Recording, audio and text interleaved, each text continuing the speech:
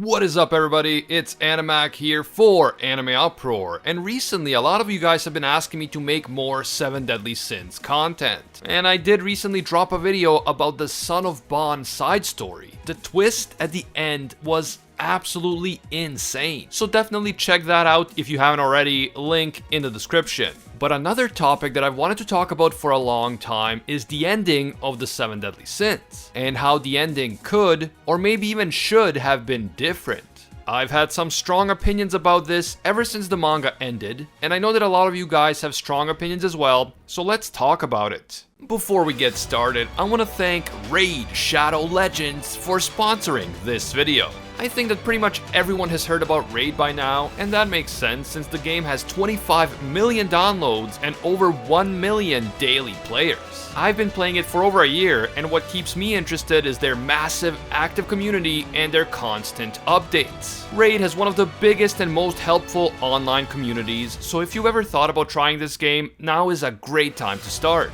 If you need helpful resources to get you going, or you just want to be part of an active and vibrant gaming community, Raid has a massive presence on YouTube, Twitch, Discord, Reddit, and other platforms. Raid just released a huge champion update that tweaks and rebalances 20 different champions to make PvP arena battles even more competitive. And if that's not enough, The Forge just came out, so now you can save time and start crafting top quality artifacts and competing right away. So what are you waiting for? Go to the video description, click on the special links, and if you're a new player, you will receive 100,000 silver, 50 gems, 10 mystery shards, and 1 free champion, Slasher. Look how cool Slasher is, and you can get him right now for free. You will find your extra rewards here in your inbox for the next 30 days only, so act now, link in the description. Raid is free to play on mobile and PC. Finally, this video will of course contain 7 Deadly Sins manga spoilers. I am talking about the final arcs of the story, so please proceed with caution, you have been warned. By the way, before making this video, I reached out to my followers on Twitter and Instagram for their takes on how the manga should have ended, and I will include some of my favorite responses in this video. If you want to be included in a future video, be sure to follow me on Twitter and Instagram at AnimeUproar.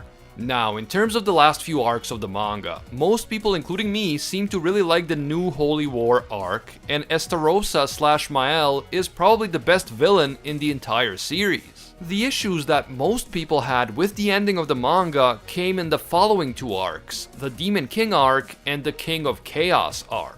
The Demon King arc features the Demon King possessing the body of Meliodas, and then when the Demon King is defeated both on the inside and on the outside, it appears as if the big battle is over. However, after he is expelled from Meliodas' body, the Demon King manages to possess Zeldris, and then the battle against Demon King Zeldris continues for many more chapters. There were definitely quite a few people who thought that the whole Demon King Zeldris part was unnecessary. They felt that the battle against the Demon King in Meliodas' body should have been the end of it. I can see where these people are coming from, although to be fair, after the Demon King was defeated and expelled from Meliodas' body, there were a lot of people who were disappointed that the Demon King could be defeated so quickly and easily after all that build-up. So it seems like no matter what Nakaba does, he can't please everybody. And personally, I felt that the Zeldris part of this arc was perfectly fine. This second part of the arc demonstrated that the Demon King was a stubborn and resilient villain, and that he is willing to destroy both of his sons for his own selfish ends. This second part of the arc also gave us the single biggest and most heartbreaking death in the entire series. The death of Big Daddy Sunshine, our boy Escanor. In terms of Escanor's role in this arc and his eventual death, I have mixed feelings. On the one hand, this arc provided a lot of character development for Escanor, and his ultimate sacrifice really cemented the physical and spiritual chadliness of Big Daddy Sunshine. I mean, even before he got Sunshine back from Mael, Escanor in his weak human form risked his life to protect the Holy Knights from one of the Chimera Indura's seeds. This scene shows us that even without Sunshine, Escanor is a true hero. He didn't need this incredible power to be brave and to risk his life to protect his friends. Even in his seemingly weak and squeamish human form, Escanor is still a Chad. In this scene, Escanor also mentions that even in his sunshine form, he still feels pain. And he says that when he fought Meliodas, he felt an immeasurable amount of pain. It was so painful that it nearly killed him. This revelation allows us to appreciate Escanor even more. When he was in his daytime form, Escanor always seemed so cocky and indestructible. But in reality, the power of sunshine did not make him immune to pain. In fact, he suffered tremendous pain, especially during his fight with Meliodas. But he was able to withstand it because of his unbelievable determination and resilience. If anything, this makes me respect Escanor even more. But as impressed as I was with Escanor at this point in the story, I was equally disappointed in Mael.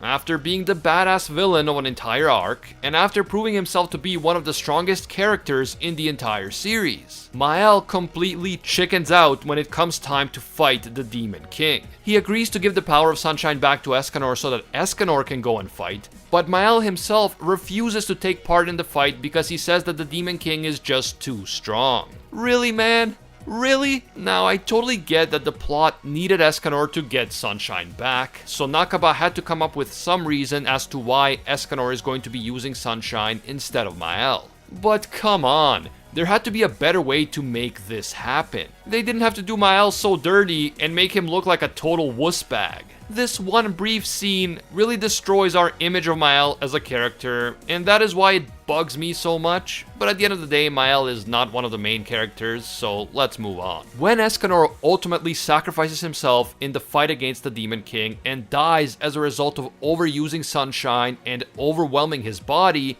it is truly a heartbreaking moment.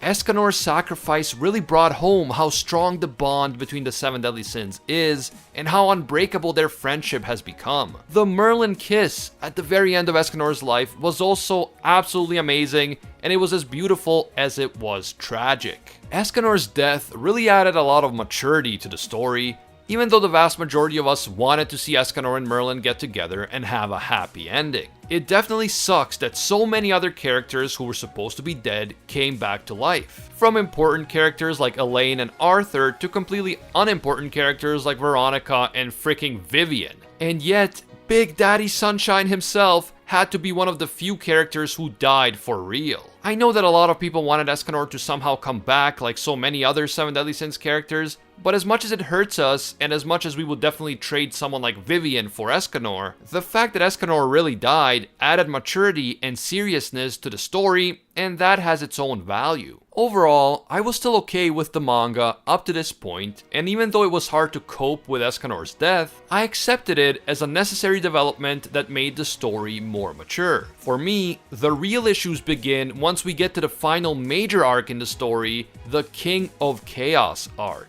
This arc takes place right after the defeat of the Demon King and the death of Escanor. Merlin, the only sin whose true motivations had not yet been fully revealed, transports the sins back to Lake Salisbury.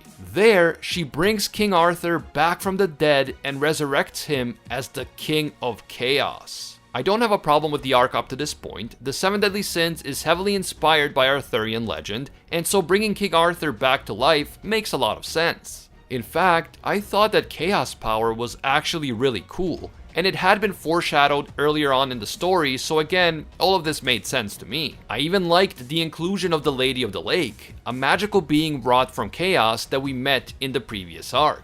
The Lady of the Lake plays a significant role in Arthurian legend, so again, all good up to this point. But then we arrive at the first big issue with this arc, and that is Merlin and her true motivations. The Lady of the Lake reveals that Merlin has been hiding the truth about Chaos Power from the Sins for this entire time. That is because as a child, Merlin fell in love with Meliodas, because he had saved her from the wizards of Belialuin who only wanted to experiment on her and use her for her magical talents. Because Meliodas was the only one who saw her as a person and not just as some magical tool, Merlin fell hopelessly in love with Meliodas. But as we all know, Meliodas was already in love with Elizabeth, so Merlin realized that she could never stand a chance with Meliodas. In order to fill this empty void in her heart, she dedicated her entire life to one purpose: resurrecting the power of chaos. and this is an ancient power that had been sealed away by the Demon King and the Supreme Deity. In pursuit of this goal, Merlin was even willing to betray the 7 deadly sins, such as when she decided to reactivate Elizabeth's curse. And this part about Merlin and her true motivations really rubbed me the wrong way. Are you really going to tell me that this mysterious and epically cool female wizard did everything she did for the past 3,000 years just because she needed to fill a void in her heart left by her unrequited love for Meliodas? I mean, really? Meliodas is already loved by Elizabeth and Zaneri, and Diane was into him for years before she finally fell for King.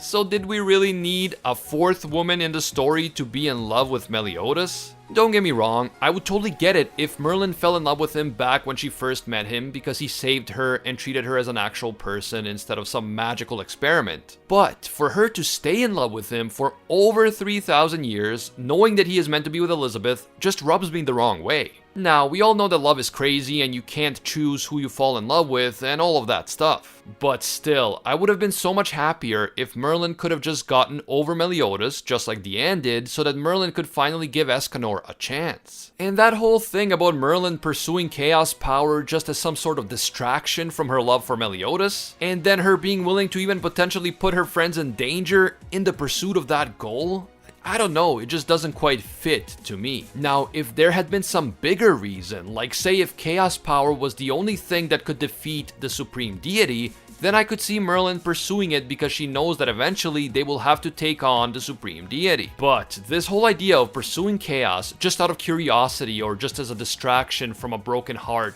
I didn't like it. And speaking of the Supreme Deity, let's talk about the villain of the King of Chaos Ark. I am of course referring to Cath Palug, and I have to say that I did actually like the Cath twist. This little creature was always so mysterious, and then suddenly having it turn on Arthur and become a villain was something that really shocked me in a good way. I also thought that Cath's final form was really cool. It was a dope design, and so overall, I don't have a problem with Cath as a villain. But I do have a problem with Cath as the final villain of the entire story. To me, Cath always felt like a side villain, a lead-up villain to a much more epic and dangerous threat.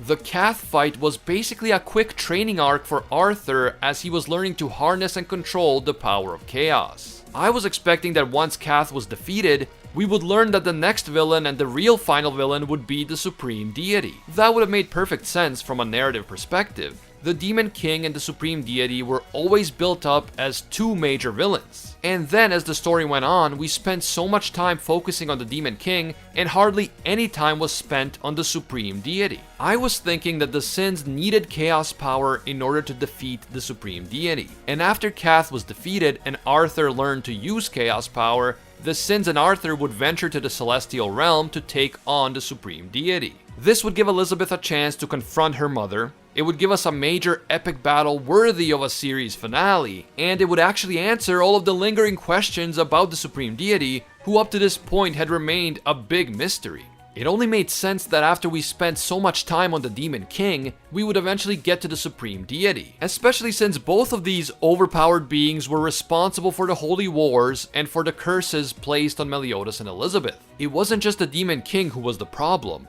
and his defeat on its own doesn't solve all of Britannia's issues. If anything, now that the balance of power has been disrupted, the Supreme Deity could be more dangerous than ever. And yet, the story seemed to completely ignore the Supreme Deity and the Celestial Realm, and after the Cath Palug fight, the manga ended. We got those final few chapters after the time skips, which I actually liked quite a bit, but that Chaos Ark really felt rushed and incomplete. Merlin's true intentions, the Supreme Deity, Chaos Power, and the Lady of the Lake and her role in the whole story, all of these aspects of the story felt incomplete when the manga ended. Also, how are they gonna do that to Hawk's mama? She just gets consumed by Arthur and disappears from the story after everything she did for the Sins? Not cool, man. Not cool. Now, it is possible that the sequel manga is planning to cover the Supreme Deity, and that is why we didn't get to see her in the original manga. And from the Lancelot side story, it is clear that the Lady of the Lake is definitely going to be relevant to the sequel. So maybe the same will be the case for the Supreme Deity. If that's true, then fine, but that doesn't change the fact that the original manga ended with Kath as the final major villain, and that was just underwhelming in my opinion. So, for me personally, the biggest issues with the ending were Merlin's true intentions and her flimsy justifications for wanting to resurrect Chaos, even at the cost of putting her friends in danger, and the ignoring of the Supreme Deity while elevating a side character like Kath Palug into the final villain in the story. If I could change the story in any way that I wanted, I definitely would have expanded the Chaos Ark, included an epic final battle against the Supreme Deity, and I would have fleshed out Merlin's true intentions more thoroughly. But those are just my own thoughts on the ending, and I've been thinking about this stuff ever since the manga came to a conclusion many months ago. Now, let's see how you guys thought the series should have ended over on Twitter and Instagram. And of course, if you want to be featured in future videos like this one, don't forget to follow me at AnimeUproar. Over on Twitter, there were a lot of comments about Lord Twigo and how he should have been revealed as the mastermind behind the entire story. Even Nux Taku got in on the action because, of course he did. But little do these commenters know that Lord Twigo's true purpose stretches far beyond the scope of the Seven Deadly Sins manga. He is clearly a trans-dimensional and multiversal entity, and any attempt to understand his true intentions and motivations through the lens of the Seven Deadly Sins alone is absolutely futile. You should know that by now, Nux. Come on, man. We also had comments like this one from V Tsukuya about the need to explore Chaos power in greater detail, and also the need to bring the Supreme Deity into the story as the final villain. I mentioned these points in the video as well, so I totally agree with this sentiment. We had comments like this one from Juanma suggesting that the entire King of Chaos arc was unnecessary. I agree that this arc felt rushed and incomplete, but if we didn't have this arc at all, then we would still have a lot of unsolved mysteries, unanswered questions, and incomplete segments of the story. For example, Merlin's true motivations would not have been revealed at all, and we would still be wondering about a lot of things like Chaos, Hawk's mama, and of course the Supreme Deity. Although the Chaos Ark didn't actually help us when it comes to the Supreme Deity. My take is that the Chaos Ark should have been included, but it should have been expanded, or maybe an extra arc should have been added that dealt with the Supreme Deity. Shu Uchiha echoes the idea that we needed to learn more about Merlin and the Supreme Deity, and HSK points out that it would have been cool to see the Celestial Realm and to learn more about Hawk's mama. I have to agree on these points as well. We might still get more about this stuff in the sequel, but I think it would have been better to include it in the main story. Over on Instagram, we also had a number of comments saying that the Supreme Deity should have been the final villain, like this one from Luffy King 355. We had multiple comments saying that Escanor should not have died, or that he should have been revived, such as these comments by Taki X Taki, Benny Reds, and Nate Nightingale. There were also some comments like this one by Lamehead Parkbeth about the possibility of the Supreme Deity being involved in the sequel. And I think that's definitely possible, but I still agree with the people who wanted to see the Supreme Deity as the final villain in the original story. Nevertheless, I am excited for the sequel, and I will definitely give it a chance. Huge thanks to everyone who gave their input on Twitter and Instagram, and feel free to let me know what you guys think down in the comments below. How do you guys think that the Seven Deadly Sins manga should have ended? Were there any issues that particularly rubbed you the wrong way? And what would you like to see in the sequel? Let me know down below. If you enjoyed this video and you want to see more 7 Deadly Sins content and sequel content right here on the channel, please leave a like to let me know. It really does help. And if you happen to be new to AnimeUproar, or maybe you just haven't subscribed, make this the video that you subscribe and hit that notification bell to turn on all notifications. As always, thank you guys so much for watching, and until next time, see ya, Space Cowboys.